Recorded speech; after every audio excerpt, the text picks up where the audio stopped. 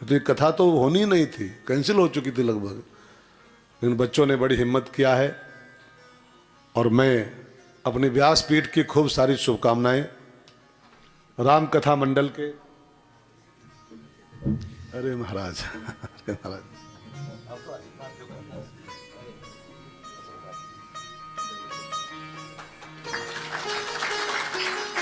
खूब सारी हर्ष व्यक्त करते हुए, खूब सारी शुभकामनाएं देते हुए, और इस कथा पर आप सबका तो अनुग्रह रहा ही, चित्रकूट के इन तपस्वी महात्माओं का भी बहुत अनुग्रह रहा। इन सबकी पावन हाजिरी में, इन सबके पावन दर्शन करते हुए हम लोगों ने राम कथा का श्रवण किया है। एक बार इस पूरी कथा, इस पूरे आयोजन के प्रति जोरदार तालियों से इसका पूरा आभार व्यक्त करते हुए और आइए हम लोग यात्रा शुरू करें। आज जल्दी विश्राम करना है।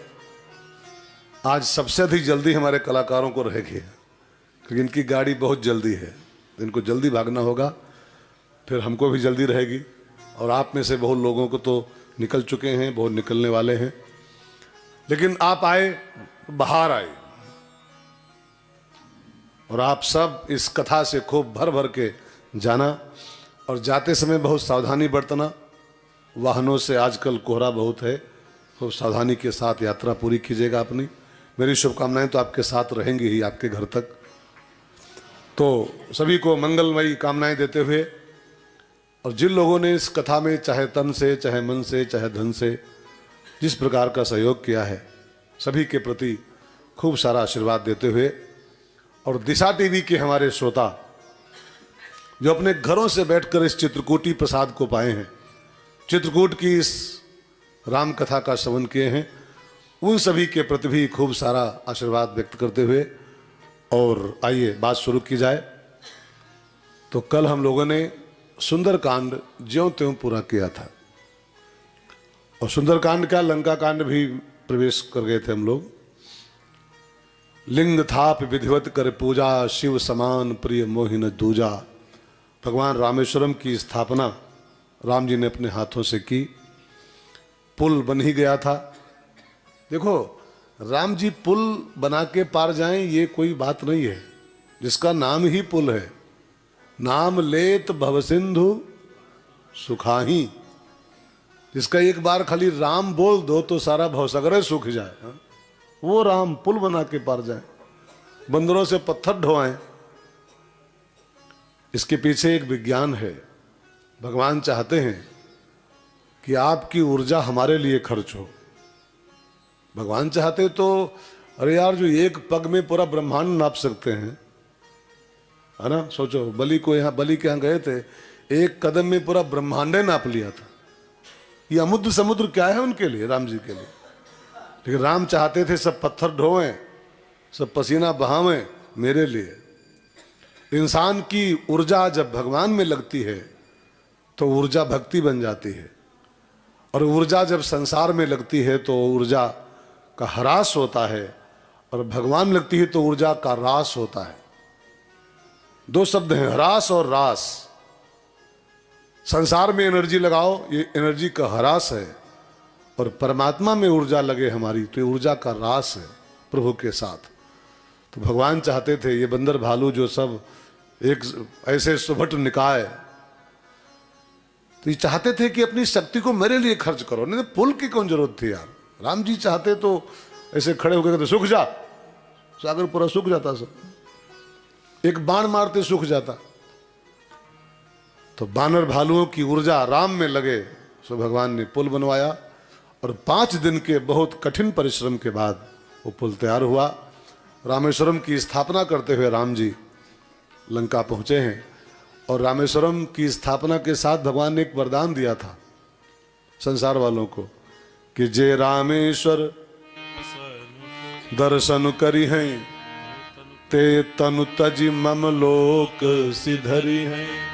तो जिंदगी में एक बार भी रामेश्वरम आ जाएगा, मेरा दर्शन कर लेगा, मेरे द्वारा स्थापित महादेव जी का, तो ते तनु तजी, वो जब भी तन छोड़ेंगे मम लोक, मेरे धाम में आएंगे। तो जिंदगी में एक बार रामेश्वरम की यात्रा अवश्य करनी चाहिए। अकेले कर पाओ तो कर पाओ, और नहीं तो हम लोग चलेंगे। अगली कथा अगले दिसंबर में रामेश्वरम में ही फिक्स हो गई है। 23 से 31 दिसंबर रामेश्वरम की धरती पर हम लोग राम कथा गाएंगे। रामेश्वरम भगवान के रोज दर्शन करेंगे, समुद्र में गोते लगाएंगे और 27 कुएं के पानी से नहाएंगे वह चल के।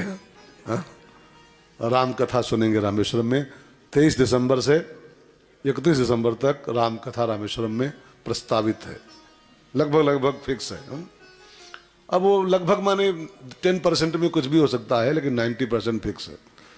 तो जे रामेश्वर दर्शन करी हैं ते तनु तज मम लोक सिधरी हैं, और जो गंगा जल आन चढ़ाई सो सायुज्य मुक्ति नर पाई। जो गंगा जी का जल लाके रामेश्वरम पे चढ़ाएगा वो तो सीधे मेरा ही रूप पा जाएगा, मेरा ही समान हो जाएगा। तो हम लोग राम जी के साथ आगे बढ़े और लंका में राम जी पहुंचे, सुबेल पर डेरा किया और रात्रि विश्राम किया। रात्रि में एक एंजॉय भी राम जी ने किया था। ये राम ही कर सकते हैं दोस्त। दुश्मन की नगरी में है, दुश्मन की नगरी में युद्ध की तैयारी चल रही है, और फिर भी राम शाम को लेटे तो एंजॉय कर रहे हैं कि ये बताओ साथियों, जो चंद्रमा में काला काला धब्बा है ये क्या है। अब ये राम की सरलता देखिए, राम का आंतरिक आनंद देखिए कि जो दुश्मन की नगरी में लेटा हो और युद्ध के प्रोग्राम से आया हो, सेना की तैनाती हो रही हो, और ऐसे में वो एंजॉय करे कि चंद्रमा में काला काला क्या है ये।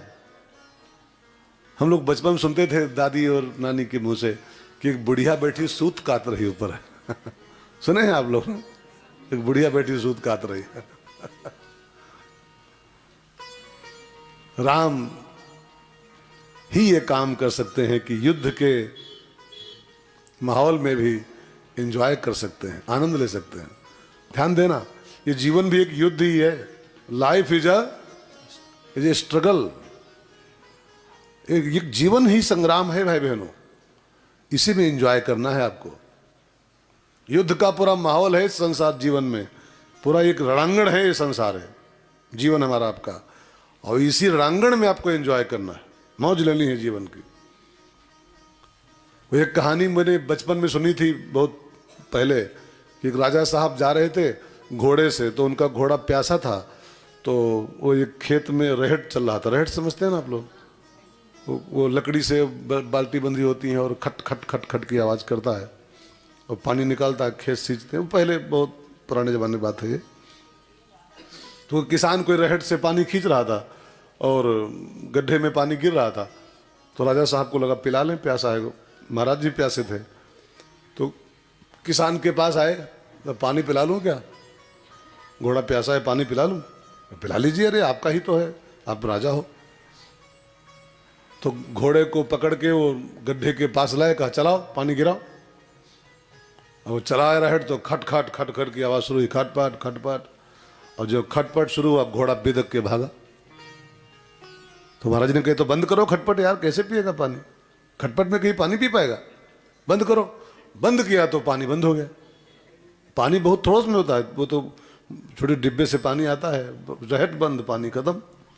कहा अरे कहाँ पिए, पानी तो है नहीं, चलाओ इसको। तो चलाए, तो खटपट खटपट होगा, घोड़ा लाए पकड़ के, बेदक के भाग जाए। बंद करो इसको, घोड़ा नहीं पी रहा है। तो उसने कहा महाराज जी इसी खटपट में पानी पिलाना है तो पिला लो, नहीं तो प्यासे ही रह जाओगे। इस कथा का अर्थ क्या है? इस जीवन का खटपट कभी खत्म नहीं होगा।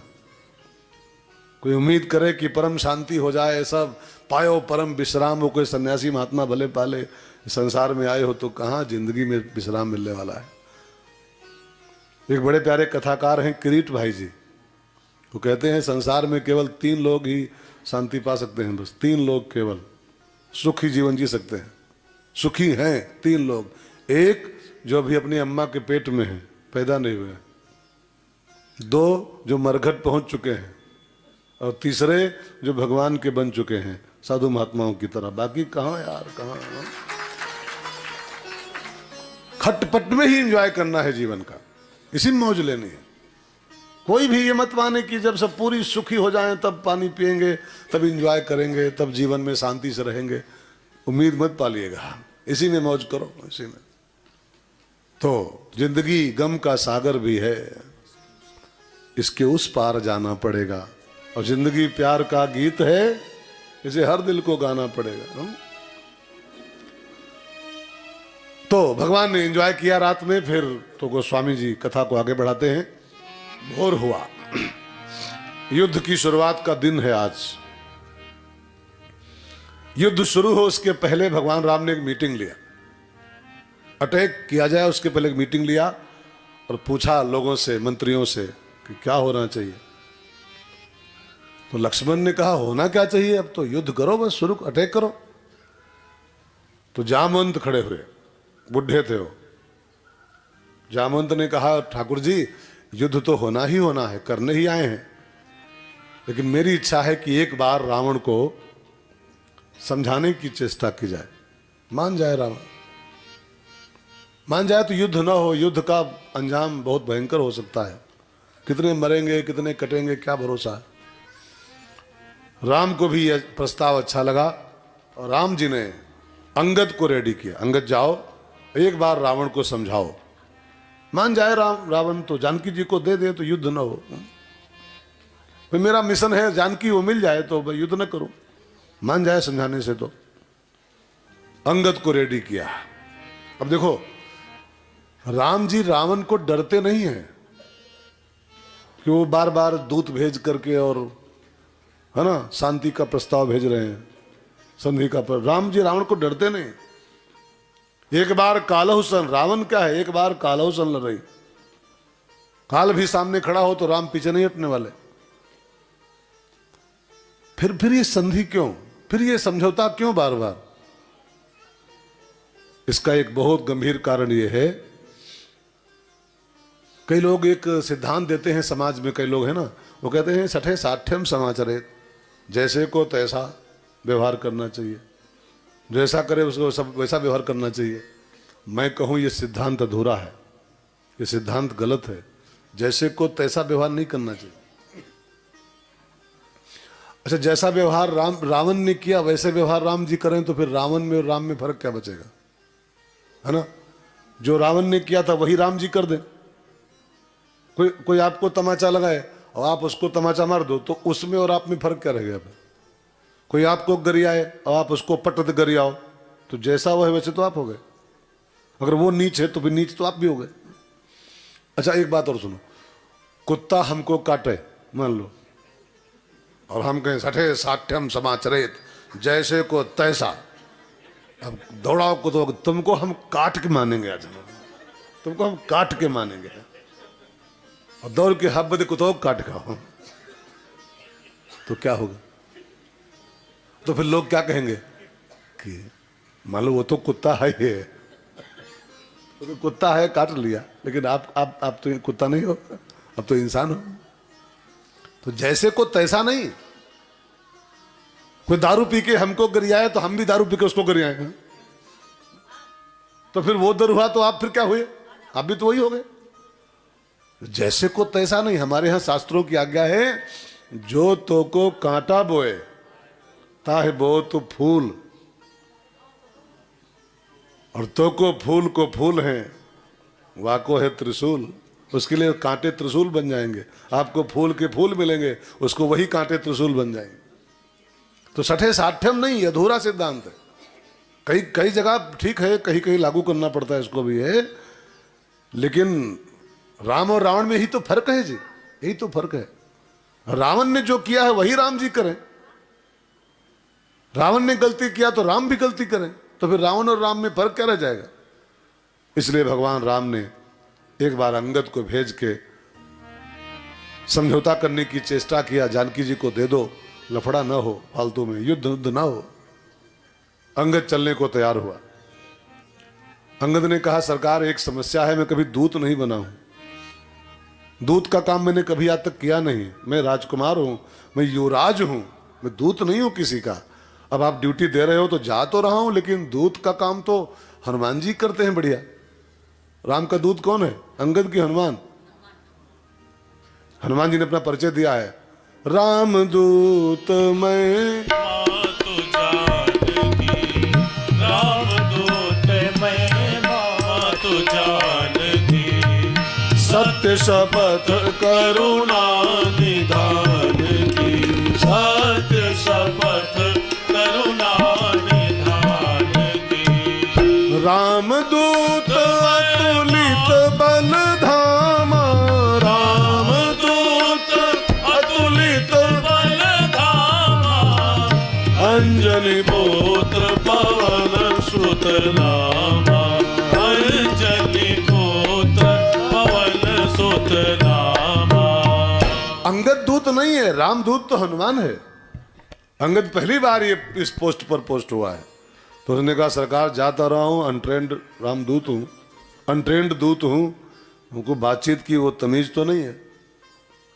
कई लोगों को मैसेंजर बना दो तो कहो काम बिगाड़ के आ जाए। हाँ? दूत का काम सबके बस का नहीं होता है।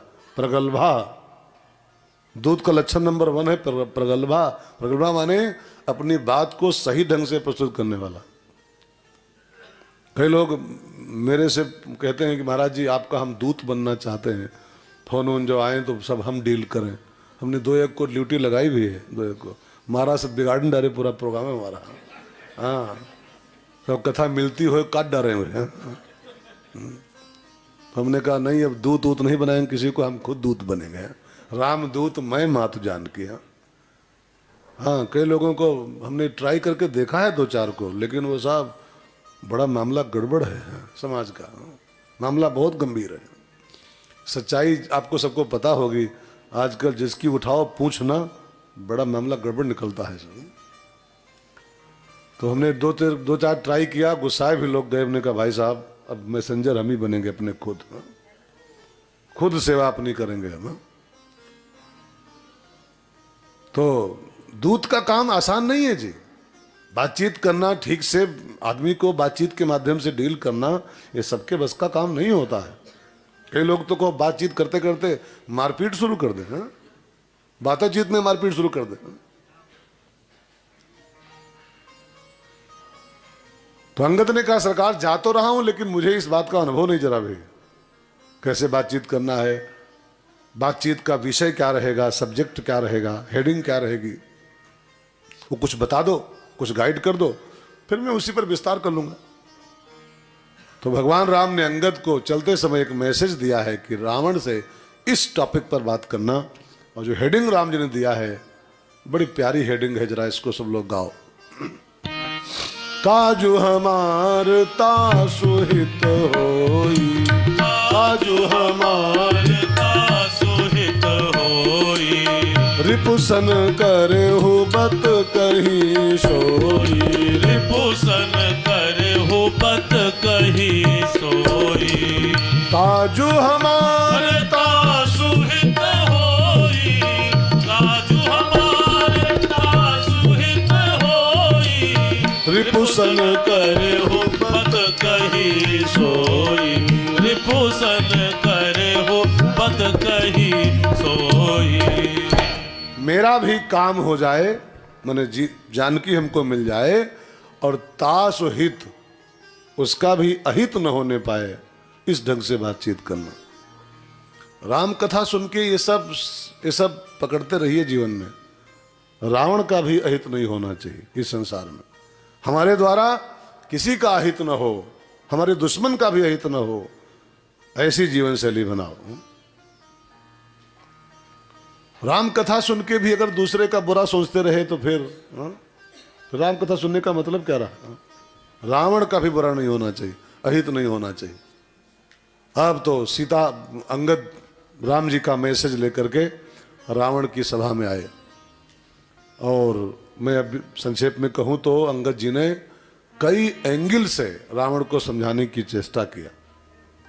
धमकी भी दिया, भय भी दिखाया, ताकत भी दिखाई, पांव जमा दिया अपना कि मेरा पांव उठा के दिखा दो, तो फिर है राम सीता में हारी। एक प्रकार से ताकत शक्ति प्रदर्शन भी किया दरबार में कि जब तुम राम के एक दूत का पांव नहीं उठा सकते हो तो राम का क्या कर सकते हो तुम लोग। एक प्रकार से शक्ति प्रदर्शन भी किया। लेकिन रावण नहीं समझा, नहीं समझा। आपको शायद जानकारी है कि नहीं है, खबर नहीं। पूरी राम कथा में गिन के 10 लोग रावण को समझाए, 10 लोग गिन करके, 10 मुहा है ना, 10 मुख वाला, 10 लोग गिन के समझाए हैं और एक ही पॉइंट पर समझाए हैं कि राम से बैर मत कर। तात राम नहीं नर बहु पाला, तासों बैर कबो नहीं कीजे, मोरे कहे जान के सब ताहे बैर तज नाइये माथा। एक ही विषय पर 10 लोग समझाए हैं, लेकिन रावण नहीं समझा। इसका मतलब क्या है ना, कि समझने वाला समझना न चाहे तो समझाने वाला चाहे कितना विद्वान होए, ये हकीकत है, हकीकत है। जिसको नहीं समझना है, पूरी पूरी कथाएं हो जाती हैं, पूरी पूरी भागवते रामायणे, लेकिन कई सनकी कहते हैं सुन तो लिए हैं लेकिन मानेंगे को नहीं इनके। कई लोग ये इस भाव के होते हैं, सुन तो लिए हैं लेकिन मानेंगे एक भी नहीं इनके, तो फिर सुनना बेकार हो जाता है। समझने वाला समझना ना चाहे तो समझाने वाला एक हो चाहे 10 हो, लेकिन वो उसको समझा नहीं सकते। और खास करके एक बात और मैं कह दूं, एक संत बोल रहे थे, कुछ लोगों पर समझाने का असर नहीं पड़ता है सत्संग करने का, कराने का। उसमें कुछ नाम मैं गिनाऊं, इन लोगों पर सत्संग का असर नहीं पड़ता है समझाने का। एक कुतर्की, जो कुतर्की नेचर के लोग होते हैं, उनको लाख समझाओ, लाख बढ़िया बढ़िया बातें बताओ, लेकिन कुतर्की माइंड के लोग होते हैं कुछ मान नहीं सकते। कुछ लोगों का नेचर होता है, वो उनके माइंड में एक कैंची फिट होती है, कुतर्क की कैंची। उनको कितना बढ़िया बढ़िया पॉइंट बताओ, सिद्धांत बताओ, लेकिन आपकी पूरी बात को 1 सेकंड में काट के सट से और अपनी बात रखे, एक्चुअली ऐसा नहीं है, ऐसा ऐसा। ये कुतर्की लोगों को समझाना मुश्किल है। दूसरा अज्ञ, अज्ञ माने होता है अज्ञानी, अज्ञानी माने भैंस के आगे बीन। अब भैंस के आगे बीन बजाओ तो भैंस खड़ी पकड़ा, उस पर क्या फर्क पड़ने वाला। तो अज्ञानी पर बात का असर नहीं पड़ता है। और तीसरा शब्द लिखा है अहंकारी। जो अहंकारी है वो भी किसी की सलाह नहीं मानता, उसको लाख राय दो, अच्छी राय दो। बाली अभिमानी था रामायण का, बस कहीं चला महाअभिमानी, और कितनी बढ़िया उसको राय दिया था उसकी बीवी ने, तारा ने, है ना, कि सुग्रीव के साथ राम जी खड़े हो गए हैं और राम जगत नियंता है, उनसे बैर मत लो। कितना बढ़िया राय थी, माना। तो राम ने उसको मारा, तब डांटा है मारने के बाद में, मूढ़ तो ही अतिशय अभिमाना नारी सिखावन। कितनी बढ़िया शिक्षा तेरी बीवी तुझको दे रही थी, तूने सुना उसकी बात?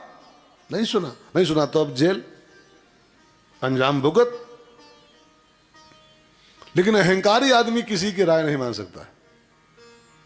रामायण में एक शब्द है, तुम्हारो मंत्र विभीषण माना।